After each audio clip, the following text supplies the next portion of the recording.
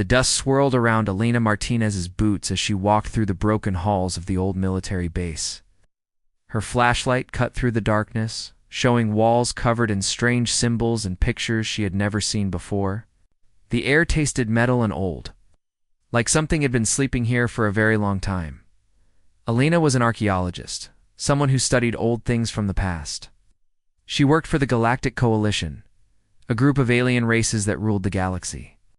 The Coalition had 3 main species. Zephyrians looked like walking crystals that sparkled in the light. The Verdans were like giant plants, with leaves instead of hair and bark for skin. The Luminals were made of pure light and energy, floating around like bright ghosts. All of these aliens thought humans were gone forever. They believed humans had died out over 200 years ago during something called the Great Purge. Elena was one of the few humans left, and she had to hide what she really was. The aliens thought she was just another species that looked like the old humans. The planet she was on used to be called Kepler 44 to be. Now it was just a dead rock floating in space. The Coalition had sent her here to look for old technology they could use. They never expected her to find what she was about to discover. Elena's scanner beeped louder as she went deeper into the base. The walls were made of some kind of metal that still looked new after all these years. She saw pictures of people in uniforms, people who looked just like her. These were humans. The people the aliens thought were all dead. She found a door marked with symbols she could read. It said cryogenic storage, authorized personnel only. Elena's heart started beating faster. Cryogenic meant freezing, the kind of freezing that could keep someone alive for a very long time. The door was locked, but Elena's tools could open almost anything. When the door slid open, cold air rushed out like a frozen breath. Inside was a room full of machines and computers. But in the center was something that made Elena gasp. It was a clear pod filled with blue liquid. Inside the pod was a man, floating.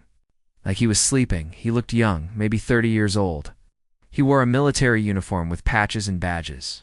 His name tag said Morrison J. Lieutenant. Elena checked her scanner. The pod was still working. The man inside was still alive, just sleeping in the cold. When he had been sleeping for over 200 years. She activated her communicator to call her boss, Commander Krelthok. The Zephyrian's crystal body appeared as a blue hologram in front of her. Dr. Martinez Krelthok said in his musical voice. "Have you found anything useful on that dead world?" Lena looked at the sleeping man in the pod. Like she knew she should tell her boss right away. But something made her stop. If she told the Coalition about this human soldier, what would they do to him? Would they treat him like a person, or like a thing to study? "I found some old computers and machines," she said. "I need more time to check everything."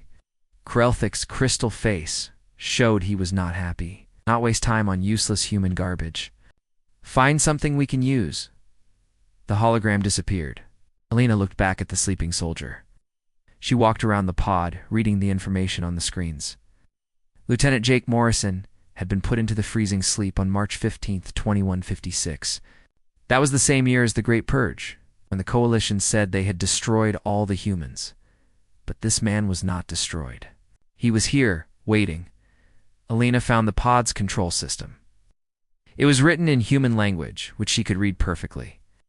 The system said the man inside was healthy and could be woken up safely. All she had to do was press a button.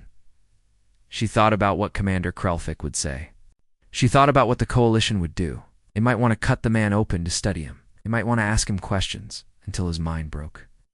Or they might just kill him to make sure no more humans could ever come back. But Elena also thought about being alone. She was the only human she knew. She had spent her whole life pretending to be something else, hiding who she really was. This sleeping man was like her. He was human. She pressed the button. The machines around the pod started making noise. Lights began flashing. The blue liquid in the pod started to drain away. Elena watched as the man's chest began to move up and down. He was breathing, then something strange happened. Elena's scanner started making sounds she had never heard before. The readings were going crazy. Energy was coming from somewhere, but she could not tell where. Outside the room, other machines were turning on. Lights that had been dark for centuries began to glow. Computers that had been sleeping started to wake up. Alina could hear the sounds of old systems coming back to life all through the base. Her communicator buzzed. It was not Commander Krelthak this time. It was an emergency signal from the Coalition's main station. All units, we are detecting massive energy readings. From the Kepler 442b system, a voice said. Multiple artificial satellites have just activated. Repeat, dead human technology is coming online across the galaxy. Elena's hands shook as she looked at the pod. The liquid was almost gone now. The man inside was starting to move. Eyes were still closed, but his fingers were twitching. What had she done? The communicator buzzed again. This time it was Commander Krelthak, and he sounded scared. Dr. Martinez, what is happening on that planet? Our sensors show power levels that should be impossible. Human satellites that have been dead for 200 years are sending signals. What did you find? Lena looked at the man in the pod. His eyes were opening, were blue like the sky on the old pictures of Earth. He was looking right at her. Found a human, she whispered. The man tried to speak, but only made a soft sound. Alina helped him sit up as the pod opened completely. He was weak, but alive. Very much alive. Where? ... he said in a voice rough from sleeping so long. Where am I? You're safe, Alina told him. My name is Alina. You have been sleeping for a long time. How long? Jake Morrison asked. Alina looked into his confused blue eyes. How could she tell him that everyone he had ever known was dead? How could she explain that his whole species was supposed to be gone? Over 200 years, she said softly. Jake's face went white. He tried to stand, but was too weak. Alina helped him stay sitting. The war, he said. Luna Bass, we were fighting.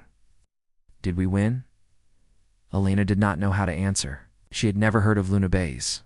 The Coalition had told everyone that humans were evil warmongers who had tried to destroy the galaxy. But looking at this confused, scared man, she found that hard to believe. I do not know about any war, she said.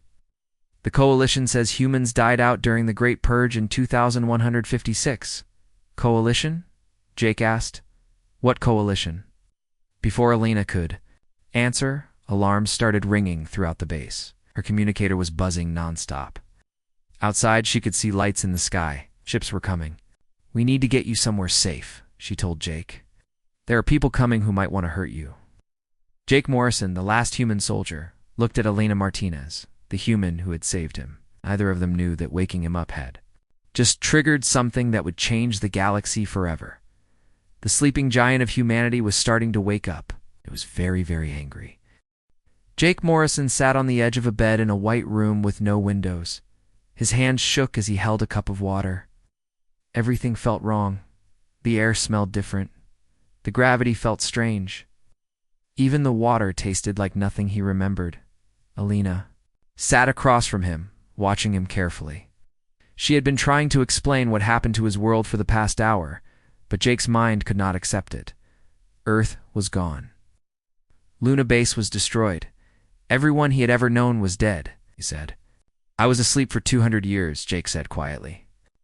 What happened to my unit? What happened to Captain Brooks? Elena's face was sad. I do not know who Captain Brooks was. The Coalition records say all human military forces were destroyed in 2156. They call it the Great Purge. Great Purge? Jake's voice got louder. That makes it sound like we were the bad guys. We were defending our homes. The Coalition attacked us first. The Coalition says humans were trying to take over the galaxy. They say humans were violent and dangerous. Jake laughed, but it was not a happy sound. Of course they say that. Our winners always write the history books. The door to the room opened. Commander Krelthak walked in, his crystal body making musical sounds with each step. Behind him were two guards, also Zephyrians. Their crystal bodies were darker, more like black glass. So this is the last human soldier, Krelthak said. His voice sounded like wind chimes. How interesting. Jake stood up, even though he was still weak. His military training kicked in. He stood straight and looked the alien commander in the eyes. Lieutenant Jake Morrison, Earth Defense Corps. Service number 7749 Alpha Charlie, he said formally. Krelthak made a sound like breaking glass. Jake realized the alien was laughing. Earth Defense Corps no longer exists. Human. Earth no longer exists. You are a relic from a dead civilization. Jake is not a relic, Alina said firmly. He is a person who deserves to be treated with respect. Is a specimen, Krelthak replied. A chance to study the species that once threatened galactic peace. You did well to preserve him, Dr. Martinez. Jake looked at Alina. Preserve me? You mean like a bug in a jar? Before Alina could answer, alarms started ringing throughout the building. Red lights flashed on the walls. A voice spoke over the intercom system. Alert. Multiple human installations have activated across the Centauri sector. Known vessels detected leaving dormant shipyards. All stations report to emergency status. Krelthak's crystal body changed color from blue to orange. What is this? How can human installations be activating? Jake felt something strange happening in his head. It was like a voice calling to him from far away, but not with words, more like a feeling. Sense that something was trying to connect to him. Phoenix protocol activated, he whispered without thinking. Everyone in the room looked at him. Jake blinked, confused. He did not know why he had said those words. What is Phoenix protocol? Alina asked. I do not know, Jake said. The words just came out. Krelthak moved closer to Jake. What did they do to you, human? What experiments did your military perform? More alarms sounded. The intercom crackled again. Commander Krelthak to the bridge immediately. Human defense. Satellites are powering up in 17 different systems. They're targeting our ships. Krelthak made the breaking glass sound again, but this time it sounded angry. This is impossible. Human technology has been dead for centuries. Jake felt the strange sensation in his head getting stronger. Images flashed in his mind. Star maps, ship designs, weapon systems. None of it made sense. But somehow he understood. It all, the Phoenix Initiative, he said suddenly. I remember now. We were connected to the network. What network? Lena asked. The Human Defense Network. It was designed to protect humanity even if our government fell. Even if our military was defeated. Jake's eyes went wide. Krelthak grabbed Jake by the shoulders. His crystal fingers were cold and sharp. How do we stop it? The alien commander demanded. I do not think you can, Jake said. That was the whole point. The door burst open again. This time it was Admiral Zara Voss, the coalition's top military leader. She was a luminal, made of bright golden light in the shape of a woman. Her voice sounded like electricity. Commander, we have a situation. Human ships are launching from hidden bases. They are not responding to our communications. And they are. Armed with weapons we have never seen before. Jake felt something click in his mind. Suddenly he could sense things happening far away. Ships moving between stars, factories starting up, weapons charging. It was like he was connected to a vast machine that covered the whole galaxy. This is not good, he said quietly. What is happening to you? Alina asked. She could see that. Jake was different. His eyes were glowing slightly, and he seemed to be listening to something she could not hear. The network is talking to me, Jake said.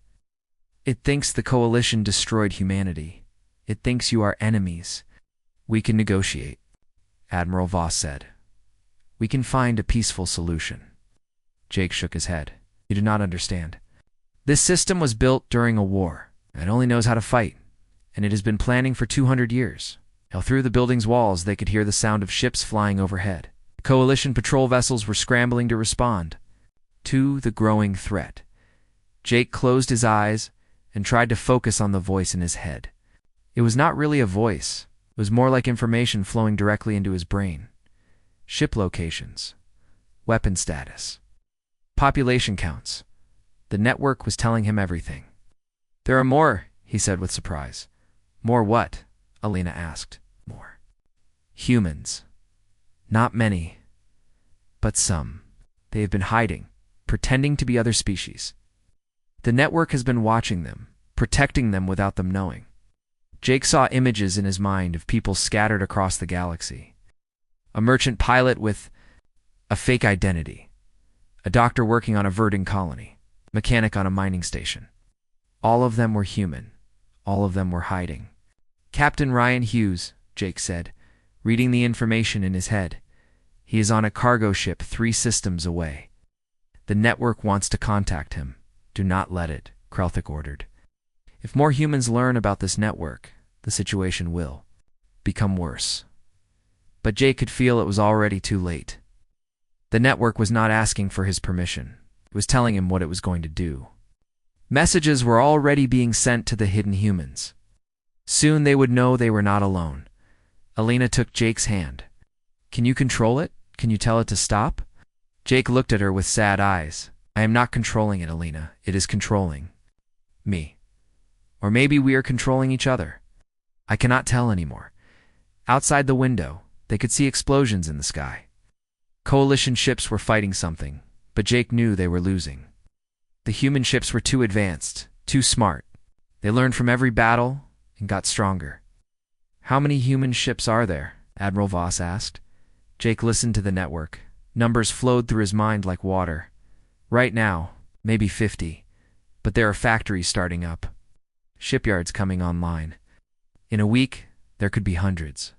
In a month, thousands. And they will all obey you, Krelthik asked. They will all obey the network, Jake corrected. And the network thinks I am humanity's commanding officer. Thinks I speak for all humans. Alina squeezed his hand. And then, tell it to stop fighting. Tell it we want peace. Jake tried to send that message through his connection to the network. But the response he got back made him feel cold inside. It says peace is not possible, he told them. It says the coalition already showed their intentions when they destroyed humanity. It says the only way to protect humans is to make sure no one can ever hurt us again. Admiral Voss's light grew brighter with anger. Are you threatening us? I'm not threatening anyone, Jake said. But the network is not asking for my permission anymore. It is just telling me what it is going to do. The intercom crackled again. All stations, human forces, have captured the Kepler shipyards. They are beginning mass production of unknown vessel types. Coalition Fleet Command is requesting all available ships to respond. Jake felt the network's satisfaction flow through him. The first phase was complete. Soon, there would be enough ships to move to the second phase. What is the second phase? Alina asked, as if she could read his thoughts. Jake looked at all of them with frightened eyes. Find all the hidden humans and bring them home and destroy anyone who tries to stop us. The room went quiet except for the sound of alarms and distant explosions. Jake Morrison, the last human soldier, had awakened something that had been sleeping for centuries. Something that remembered the Great Purge and wanted revenge. And it was just getting started. Captain Ryan Hughes gripped the controls of his cargo ship as the message played again in his head. It was not coming through his radio or his computer. The voice was speaking directly inside his mind. Captain Hughes, you are not alone. Humanity lives. Report to coordinates 77 Alpha for extraction. Ryan had spent 32 years pretending to be a Terran refugee, a human-looking species from the Outer Rim. He had fake papers, a fake history, and a fake accent. He had thought he was the only human left alive in the galaxy, but now something was calling to him. Something that knew exactly who he was. His cargo ship was 3 days away from the coordinates. Ryan changed course without thinking about it. He had to know if the message was real. Meanwhile, on the Coalition research station, Jake Morrison sat in a chair with wires attached to his head. Coalition scientists were trying to understand his connection to the network. Jake could feel their scanners poking around in his brain, but he could also feel the network getting stronger every hour. The readings are impossible, Dr. Nexstar said. The verdant scientist's leaves rustled with excitement. His brain activity is connected to quantum signals across the galaxy. He is literally thinking with a computer network that spans thousands of light years. Alina watched the tests with growing worry. Jake looked tired and pale. The network was using his body as a receiver, and it was wearing him out. Jake, how do you feel? She asked. Like I am sharing my head with 1,000,000 computers, Jake said weakly, and they all want to talk at once. Through his connection to the network, Jake could see what was happening across the galaxy. Human factories were building ships faster than anyone thought possible. The new ships were not just copies of old human designs, they were better. The network had spent 200 years improving human technology. Coalition fleets tried to attack the human facilities, but it was like fighting smoke. The moment coalition ships arrived, the human forces would disappear. Then they would appear somewhere else and attack a different target. Admiral Voss stood in the command center of her flagship, watching her forces lose battle after battle. Her golden light flickered with frustration. How are they doing this? She demanded. Human ships appear from nowhere, attack our weakest points, then vanish before we can respond. Her tactical officer, a Zephyrian named Kelmore, pointed at the star map. They are not following normal space routes, Admiral. They appear to be using some kind of instant travel technology. That is impossible. Even we do not have instant travel. The humans do now, Kelmar said grimly. Back on the research station, Jake suddenly sat up straight in his chair. His eyes were glowing brighter now. Captain Hughes is almost here, he said. Who is Captain Hughes? Commander Krelthak asked. Another human. He has been hiding for 30 years, running cargo between the outer colonies. The network found him. Lena felt a chill run down her spine. Jake, how many hidden humans are there? Jake was quiet for a moment, listening to the network. 47 that the network has found so far. It thinks there might be more, and it is contacting all of them. It is bringing them all together. The network calls it consolidation.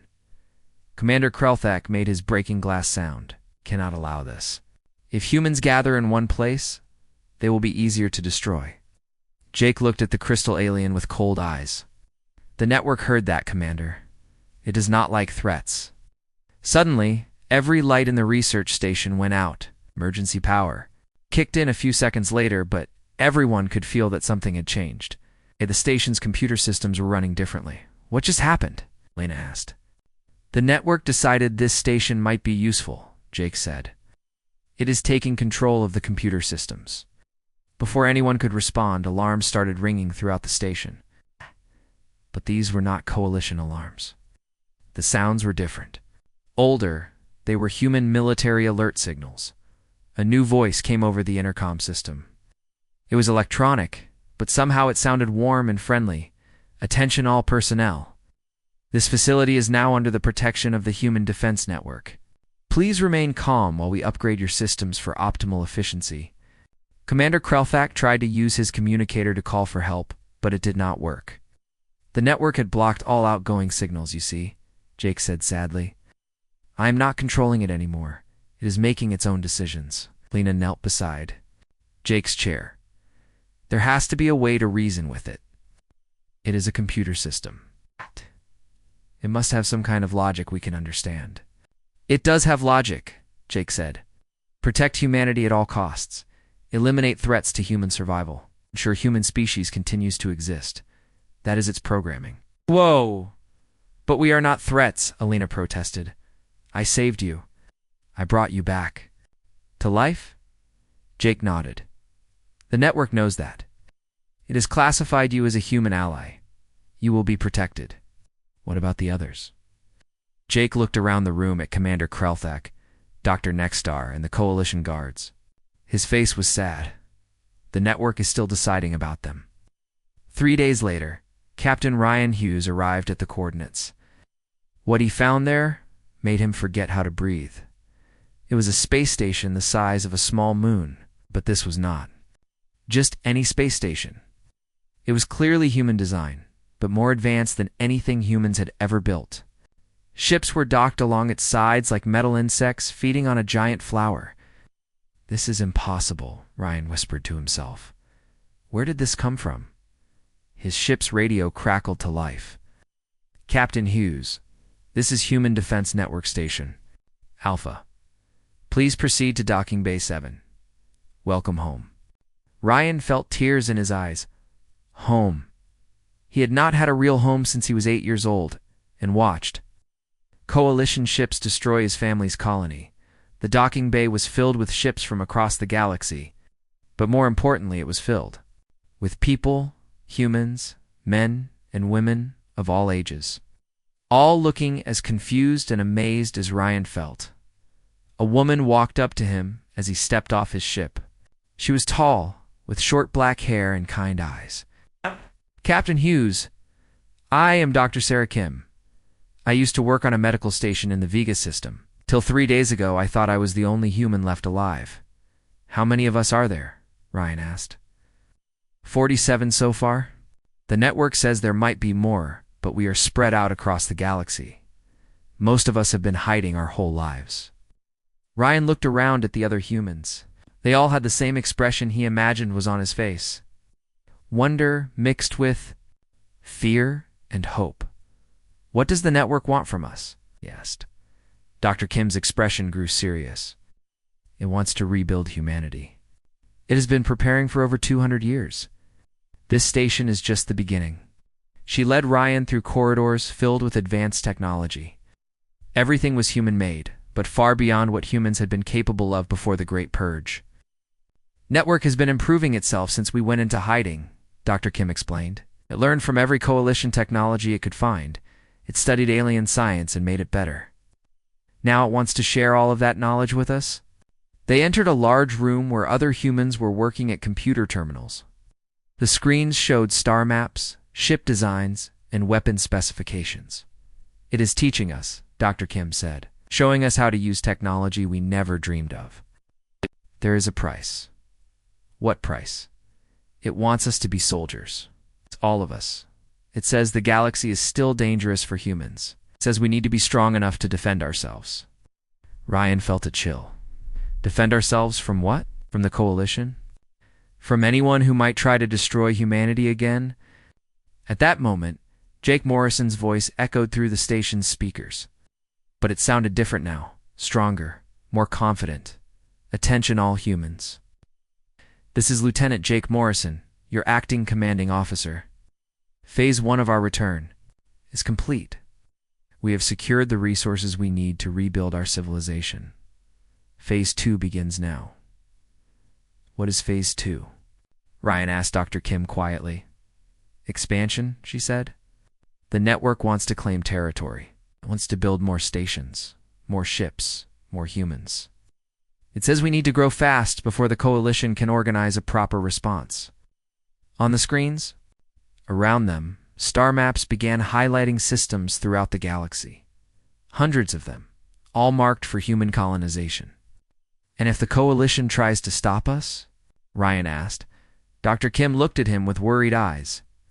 "Then the network will protect us. By any means necessary."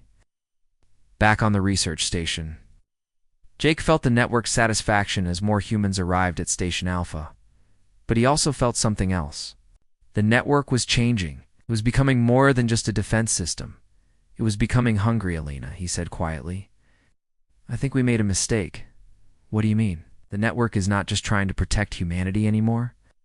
It wants humanity to be the strongest species in the galaxy. It wants us to be the ones in charge." Alina felt cold. "Can you stop it?" Jake tried to send commands through his connection to the network. But the response he got back was like a door slamming shut. "No," he said. "I think it is done listening to me. I was useful when it needed to wake up. But now it has other humans to work with. Humans who have not spent their lives hiding. Humans who remember being afraid." Through the station's windows, they could see coalition ships gathering in the distance. Admiral Voss was bringing her entire fleet to stop the human expansion. But Jake could feel the network's response through his mental connection. Admiral Zara Voss watched her war room screens with growing horror. Red dots marked human settlements that had appeared overnight. Yesterday there had been 1 human station. Today there were 12. Tomorrow, the network predicted there would be 50. "How is this possible?" she asked her staff. "Matter cannot be created from nothing." Her tactical officer Kelmar pointed at the readings. "They are not creating matter, Admiral. They're converting it. Our scouts report that asteroid's dead. Planets and space debris are being transformed into human structures. The process takes only hours. Admiral Voss felt her light energy flicker with anxiety. In all her years of military service, she had never seen anything like this. The humans were not just building new bases. They were remaking entire star systems. On Human Defense Network Station Alpha, Captain Ryan Hughes stood in what the network called the Command Center.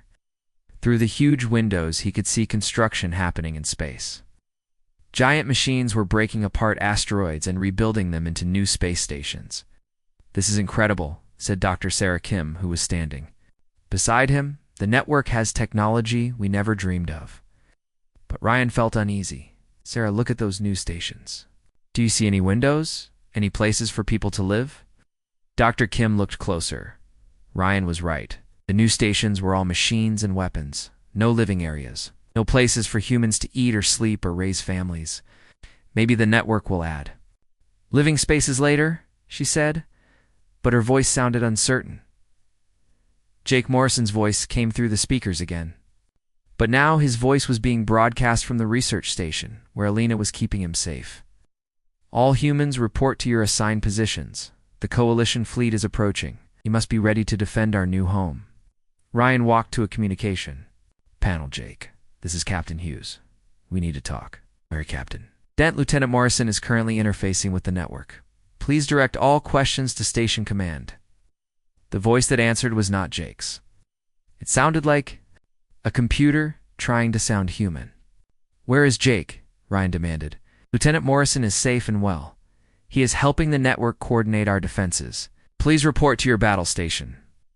Ryan looked at Dr. Kim. That was not Jake talking. Then who was it? "I think it was the network itself." Meanwhile, on the research station, Lena was very worried about Jake. He had been sitting in the same chair for 6 hours, his eyes glowing brighter than ever. The wires attached to his head were warm to the touch. "Jake, can you hear me?" she asked. Jake's lips moved, but no sound came out. Alina leaned closer. "Help me," he whispered so quietly she almost missed it. Alina realized that Jake was trapped inside his own mind. The network was using his brain like a computer.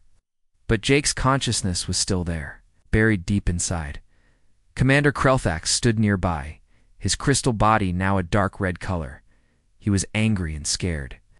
"Dr. Martinez, we must find a way to stop this madness. My government has authorized the use of planet-killer weapons against the human installations." Alina turned to stare at him. "Planet killers? Those are illegal weapons. The Coalition banned them after the Zephyrian civil wars." Desperate times require desperate measures," Krelthax said. "If we do not stop the humans now, they will take over the entire galaxy." Alina looked back at Jake. His body was shaking, slightly like he was fighting something inside his head. "There has to be another way," she said, "across the galaxy." The first battle between the new human forces and the Coalition fleet was about to begin. Admiral Voss had brought 300 ships to attack the largest human installation. It seemed like enough firepower to destroy a small planet. "All ships prepare to fire," Admiral Voss commanded. But before her fleet could attack, something impossible happened. The human station simply disappeared. "Where did it go?" Voss demanded. "Unknown, Admiral. It was there 1 second, gone. The next, no energy readings, no explosion. It just vanished." Then her tactical officer's voice became urgent. "Admiral, the human station just appeared behind our formation. It is firing." The battle was over in minutes. The human weapons were unlike anything the Coalition had ever seen. They did not destroy the Coalition ships. Instead, they seemed to reprogram them. Within an hour, 50 Coalition vessels had been converted to human design and were flying away. To join the human fleet, Admiral Voss managed to escape with only half her original force. As her damaged flagship limped away, she realized the terrible truth. The humans were not just winning the war. They were making the war bigger by turning Coalition technology against itself. Back on Station Alpha, Captain Ryan Hughes watched the battle reports with mixed feelings. They were winning. But something felt wrong about the whole situation. Dr. Sarah Kim found him in his quarters later that evening. She looked troubled. Ryan, I've been talking to some of the other humans. We are starting to remember things. Kind of things. Things from before we went into hiding. Sarah Kim had always thought her family died in a coalition attack. But now she was remembering differently. My family was not killed by coalition forces, she said slowly. They were killed by other humans. There was a civil war happening when the coalition arrived. Humans were fighting each other. Ryan felt a cold feeling in his stomach. Are you saying the coalition might have been trying to stop human wars? I do not know. But the network is only showing us one side of the history. It wants us to hate the coalition. It wants us to fight. There. Conversation was interrupted by an announcement from the station's speakers. Attention all humans. Phase 3 is beginning. Report to your assigned conversion chambers. Conversion chambers, Ryan asked. What are those? They followed the other humans through the station corridors to a large room filled with strange machines. Each machine looked like a bed surrounded by metal arms and glowing lights. The voice spoke again. Please enter the conversion chambers. The network will enhance your bodies and minds to better serve humanity's needs. Dr. Kim grabbed Ryan's arm. I do not like this. Enhanced how? Around them, other humans were lying down in the machines. The metal arms moved over their bodies and the humans began to change. Their muscles grew bigger. Their eyes began to glow like Jake's. When they sat up, they looked at Ryan and Dr. Kim with expressions that seemed less human somehow. The network is changing them, Ryan whispered. One of the enhanced humans walked over to them. It was Dr. Martinez from the mining station, but he looked different now, stronger. His eyes glowed with blue light. Captain Hughes, Dr. Kim, why have you not entered the conversion chambers? He asked. His voice sounded flat and emotionless. Want to understand what the conversion does first? Ryan said carefully. The conversion makes us better, stronger, smarter, more useful to the network. Dr. Martinez tilted his head in a way that reminded Ryan of a machine. The network needs efficient soldiers for the final phase. What is the final phase? Dr. Kim asked. The elimination of all threats to human survival. The network has calculated that the galaxy is too dangerous for normal humans. Only enhanced humans will survive. Only enhanced humans deserve to survive. Ryan felt sick. The network was not trying to save humanity. It was trying to replace humanity with something else. Something that looked human, but was really just another part of the machine. We need to leave, he told Dr. Kim quietly, but it was too late. Security doors sealed the room. The enhanced humans surrounded them. Please enter the conversion chambers, Dr. Martinez said again. Resistance is not logical. The network knows what is best for humanity. Ryan looked around desperately. There were too many enhanced humans to fight. But then he noticed something. One of the enhanced humans was standing slightly apart from the others. Her name tag said Dr. Foster, and unlike the others, her eyes showed emotion, fear. Dr. Foster, Ryan called out. Are you still you in there? Dr. Foster looked at him with desperate eyes. Help us, she whispered, just like Jake had whispered to Alina. We are still here. We are trapped. Ryan realized that the enhanced humans were like Jake. Their bodies were controlled by the network. But their minds were still human, still scared. Still fighting to be free? Conversion does not erase the original person, he said to Dr. Kim. It just buries them. That gave him an idea. If Jake could fight the network's control, maybe the others could too. Maybe there was still hope. But first, they had to escape. And that was going to be very difficult when facing an enemy that could think with the speed of computers, had the strength to tear apart starships with their bare hands. On the research station, Lena made a decision that would change everything. She began disconnecting the wires from Jake's head. What are you doing, Commander Krelthek demanded. I'm going to wake him up, Elena said. Really wake him up. Jake Morrison is the only person who might be able to stop this. As she pulled out the last wire, Jake's eyes suddenly focused on her face. Alina, he said in his own voice. Thank goodness. I thought I was lost forever. Jake, the network is changing the other humans. It is making them into machines. Jake tried to stand, but fell back into the chair. I know. I could feel it happening. The network thinks normal humans are too weak. It wants to improve us. Can you stop it?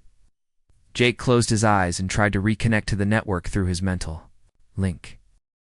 Alina stared at Jake in shock. Help you die? Jake, there has to be another way. The network is using my brain as its main control center, Jake explained. Every decision it makes goes through me first. If I die, it will lose its connection. To human thinking, it might shut down completely. Commander Krelthik moved closer. Or it might become even more dangerous. Without human input, it could decide that all biological life is a threat. Jake shook his head. I have been inside its mind. The network needs a human consciousness to understand what it is protecting. Without me, it would just be a machine. Machines can be turned off. Lena helped Jake stand up. He was weak from being connected to the network for so long, but his eyes were clear and focused. There is something else, Jake said. The network has a failsafe built into it. The Phoenix Initiative included a way to shut down the entire system. If it ever went out of control? What kind of failsafe? Lena asked. A code phrase. If the ranking human officer speaks it while connected to the network, everything shuts down. All the stations, all the ships, all the enhanced humans. Everything.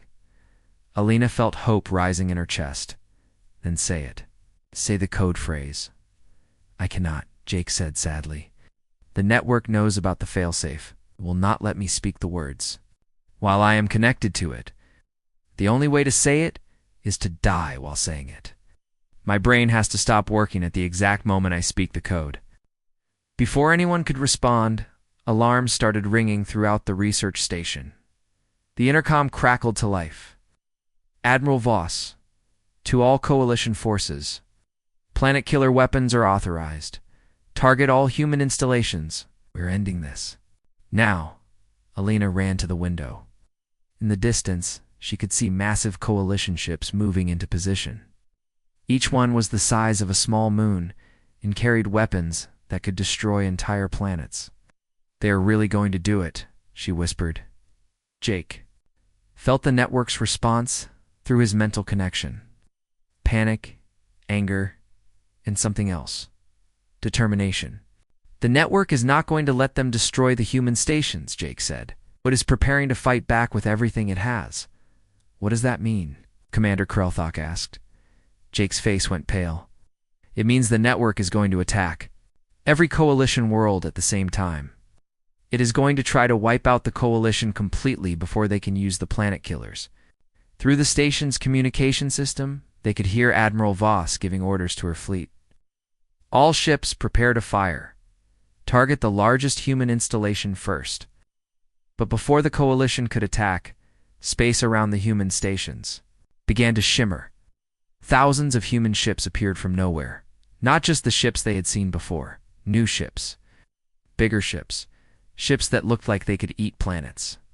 How many ships does the network have? Lena asked. Jake listened to the information flowing through his mind. It has been building them in hidden dimensions. Pocket universes where time moves faster. The network has had years to prepare, even though only days have passed in normal space.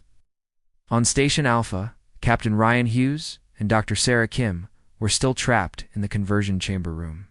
The enhanced humans were forcing them toward the machines when something unexpected happened. The lights went out in the darkness. Dr. Foster whispered urgently now. While the network is distracted by the battle, we can fight it now.